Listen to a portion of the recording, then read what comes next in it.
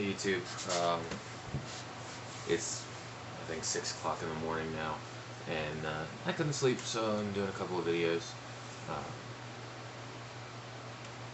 so I just did a video on my ammo stockpile, and what got me out of bed from lying there trying to fall back asleep, I was scrolling through social media, and there's this reel on Facebook about a country song, and I forgot exactly how it was worded, but it's kind of the lyrical genius of this country song, right? And I'm gonna ignore myself, guys. And one of the things that was said in the song, because he's talking about how he lost the girl, basically, and one of the things that was said was that he didn't read the book enough, which is good. That's the Bible he's talking about. He says it later on the song in black and white, in case you weren't 100% sure. But what he says is the book that teaches us not to cuss, not to fight, and something else. And I took a little bit of issue with that. Mostly on the not fighting part. If you read the Bible, it tells us, one, God is the same yesterday, today, and forever. So he never changed. The God of the Old Testament is the God of the New Testament. It's not two different gods. It's not anything like that. He's still the same. He shows us different parts of his character, but it's still the same God. Even in the New Testament, Jesus, when he's with his disciples at the Last Supper, he's preparing them for their missionary journeys and all that kind of stuff. He's telling them, before when I sent you out, you had no bag, no cloak, no this, no that, whatever, right? He told them not to take anything with them. He asked them, did you lack anything? They said, no, Lord, nothing. He said, okay, surely I say unto you, he who has a money bag, let him take it. He who has a knapsack, let him take it. He who has no sword, sell your cloak and buy one. And the disciples responded and said, Lord, there is two among us. And he responded and said, it is enough.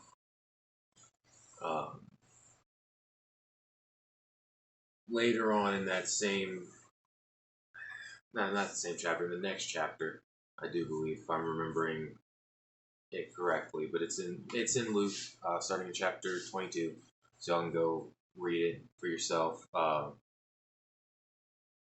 He's in the garden. Judas comes with the Pharisees and Sadducees and all the other C's and all the people to arrest him. Excuse me one second.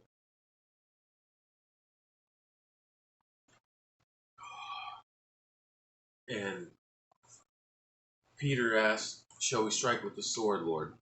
And before Jesus responds, he strikes with the sword. And then Jesus rebukes him and tells him to permit even this. To sheathe his sword and permit even this. Heals the servant of the priest, I think is what he's called. But growing up, I always heard people talking about, see, that's why the sword's bad. That's why fighting is bad. That's why you can't be violent. That's why the Bible says he who lives by the sword shall die by the sword. Well, yeah, the Bible does say live by the sword, die by the sword. What people don't understand is what it's saying is the sword is your life. If you live by violence for the sake of violence or self-gain, yeah, you're gonna die from it. Sir, I spent a lot of time in prayer and trying to figure out why God put both of those things in there. Like, what does it mean? How do we apply that to our lives? And what God showed me is, especially for men, we should be capable of great violence. And then put that under voluntary control. That's called being peaceful. Anything else is not peaceful, you're harmless, and that's not a good state to be in. The other thing that stood out to me that I've never really heard anybody talk about, preach on, anything like that, was what Jesus said after Peter cut the dude's ear off, and what Peter said before. Because Jesus just told them to get swords. If you read the Gospels, you'll notice that Peter is very excitable, to say the least. He's very zealous for the Lord and willing to fight for him. I do like the show The Chosen. They show that, I think, really well, in his zeal and his desire to protect and serve Jesus and the Lord. But he skipped his crucial step. He asked the question and never listened for the response. So, if you're going to ask God what to do, you need to shut up and listen to what he's going to say. Because he'll answer you. And that's when it hit me, is the whole concept of, like, even David being called a man after God's own heart, and he was a man of war, which is actually subsequently why he couldn't build the temple, because of what the temple represented and a bunch of other stuff, but not getting into that right now. But yeah, he was a man of war, and he was called a man after God's own heart. Yeah, he did some other stuff, but that part of David has been talked about, and I feel a good bit. And so that's not really what I want to focus on right now. What I'm focusing on is being the man of war. He would pray before he went into battle. He even asked God about battles, whether or not he should go into them or whether or not he should wait. And when God said wait, he waited. And when God said go, he went. No second thoughts, no other questions. And that's what Peter missed in that story. Peter asked the question, didn't listen to the response. And so he got himself into trouble, because that wasn't the time to strike with the sword. But the reason Jesus told him to get the sword is because there would be a time when they would need it. And one of the things that honestly hurts my heart and breaks my soul, or breaks my heart, is watching the unchecked evil in the world and Christians too afraid to say or do anything about it. I've always been more on the militant side of things. Never served in the actual military, anything like that. Just had a more aggressive mindset like that. And one of my biggest takeaways my entire life can be summed up in a quote that says, all that evil needs to succeed is for good men to do nothing. And I'm tired of it, and I'm done with it. And one of the things that everybody around me knows, I lead the safety team at my church. I'm building that from the ground up. And everybody around me, one of the things they understand is, when I'm around, when I'm there, they're safe. That's not just in the physical sense, because I do carry medical, I carry weapons. Everybody knows that. I'm not afraid to fight. I'm not afraid to do what needs to be done. But the flip side of that is, I've learned to be dangerous in the spirit as well.